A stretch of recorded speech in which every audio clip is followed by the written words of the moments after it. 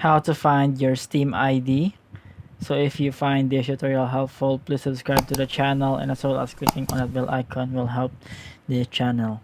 So let's go and get on with the tutorial.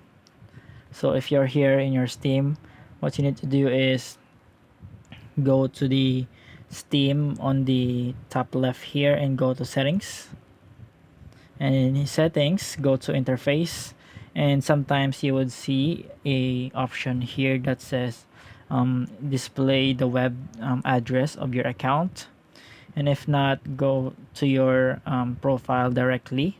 So in order to go to your profile directly, you can see your name here, and then go to view my profile, and then in here you will see a link here, and after the profile slash there are numbers, so that is your Steam ID. So I hope this tutorial helps. Thank you for watching, and see you on the next video.